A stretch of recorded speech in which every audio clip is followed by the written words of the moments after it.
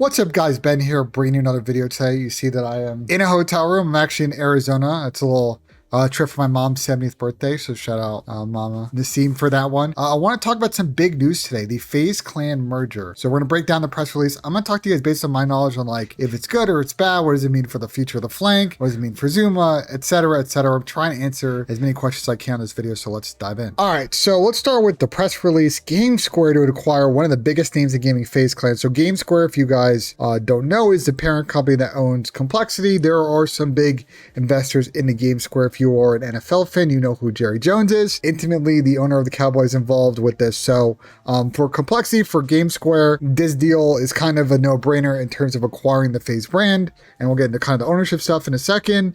Getting all the creators, the teams, like it makes a lot of sense. And you see as well here, there's a merge now of all the brand partnerships that exist across both organizations. And the sort of other headline here is that this deal is not done yet. The boards on both companies have approved it, but it does need to go to shareholder approval. So their expectations is going to close at some point before the end of the year. So some key things in here.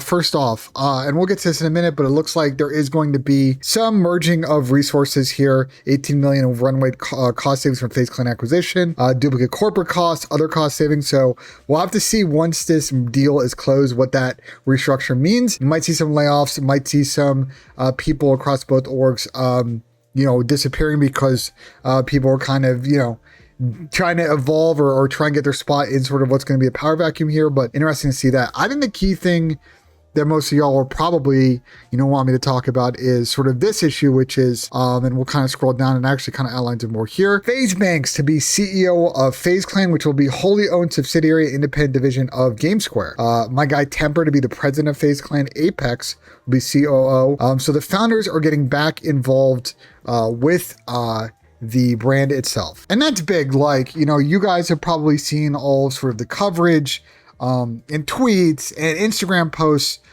from the founders about their frustrations with the board, about the decisions, the stock price. So finally, I think the board and the company and the founders becoming whole again only means sort of up for the company in terms of either the founders helping make decisions or getting involved in content. We'll get to that in a minute. So there's a lot of other jargon in here. I think just to kind of summarize a lot of this.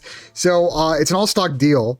So based on where Faze's current worth is at the stock market, this deal is somewhere around 17 million, which is a fraction of what they entered the market on. So for GameSquare, they're getting a pretty good deal here, which if you kind of scroll down, they are getting some financing as part of this deal from Goff and Jones.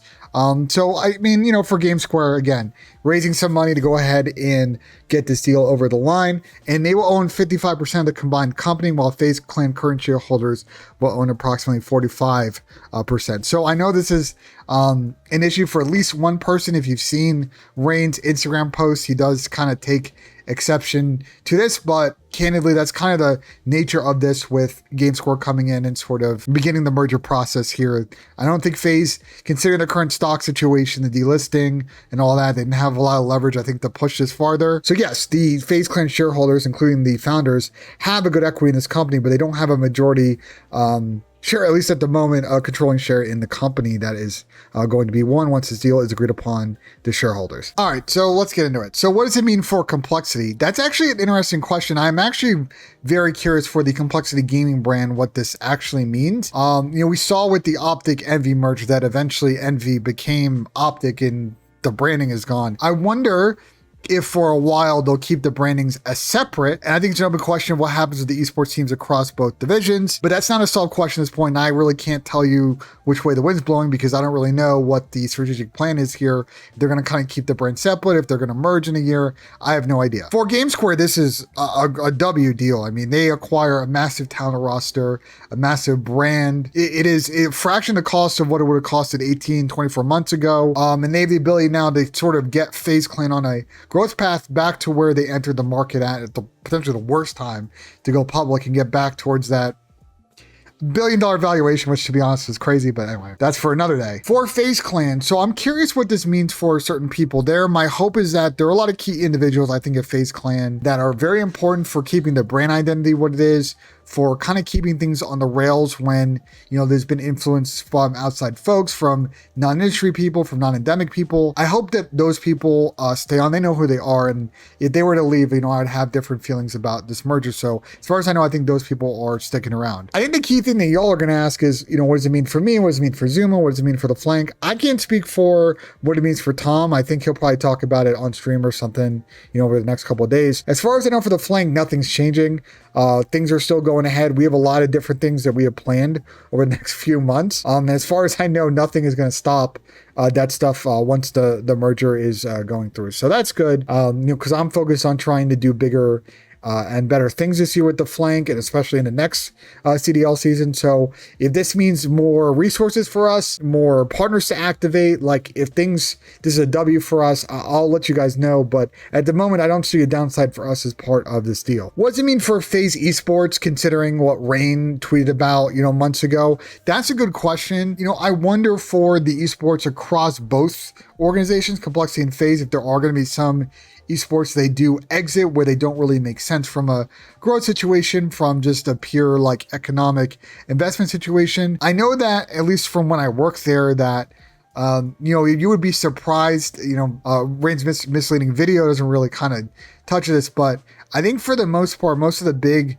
Faze esports teams that you would think of, CSGO, Halo, COD, obviously that's the Atlanta Faze venture, aren't exactly massive money-lossing endeavors for Faze Clan. So I don't think they're going to get out of games like that. But for maybe some of the fighting game folks they picked up, some of the other teams that they sort of have, I'm curious to see what they do long-term. It's the same on the Complexity side. I assume as part of this is a big reevaluation of all the investment that they're doing right now, and does it make sense long-term, short-term, and what they want to do on that. I think the final thing is sort of an editorial thing on my end. What do I think Faze should do once this merger goes through? As far as changing things running at the company, I think key one is sort of continuing and getting back towards the content I think made Faze great. If the founders are going to start to get involved in content again, that's awesome. I think, getting it and doing massive activations and fun stunts and the sort of antics that kind of, I think, made Faze Clan great in the beginning, getting back to some of that is good. And that may mean that people in the talent roster may come and go if they're not contributing. I think that is a key thing, and kind of, bringing in new people that might help kind of steer that vision. I think the second thing is, and I'm curious to see what Faze will do as far as merchandise. If you go on the Faze Clan store, there's a lot there. They've done a lot of collabs. Curious if they're going to continue that path. But as far as apparel, Faze is one of the biggest brands. And I think continuing the growth on that strategy is really key because, revenue streams are difficult in the esports and the gaming world. Partnerships is obviously a big one. But for big companies like this, they're really able to scale apparel out in ways that other companies can't. They're able to make gross revenue on retail that other companies, other tier one esport companies probably get in total across all of their business units. So, I think continuing that path is really key. And I think the partnership thing here is interesting. I'm very curious to see what partners stick around across both companies, but there are a lot of big brands across, and you see it listed here: Porsche, Jack in the Box, Xfinity, Miller Lite, HEB, Ghost, Steel Series, another company I know Faze Clan partners with. There's a lot of different entities that could be merged here. And I think a lot of potential deliverables and potential growth in those deals could be really key to, I think, running the ship at Faze Clan. All right, I think one other sort of thing I want to talk about is, another question you might have is, well, does this mean Tim the Tatman is going to interact with Nick Merckx and all that stuff? I'm curious to see how the creators on the GameSquare, the Complexity side, now cross over with the Faze Clan side. So I don't think we'll really get any news on that until the merger is approved, but I won't be surprised if, starting early next year, middle next year, you start to see overlapping content activations with both groups. The synergy there is potentially really key. I mean, the brands that exist across both these companies are insane. They're massive. I think they taught somewhere in here that there's across all these creators and the brands is 1 billion in social followers, which is a ridiculous claim, but sure, that's just marketing.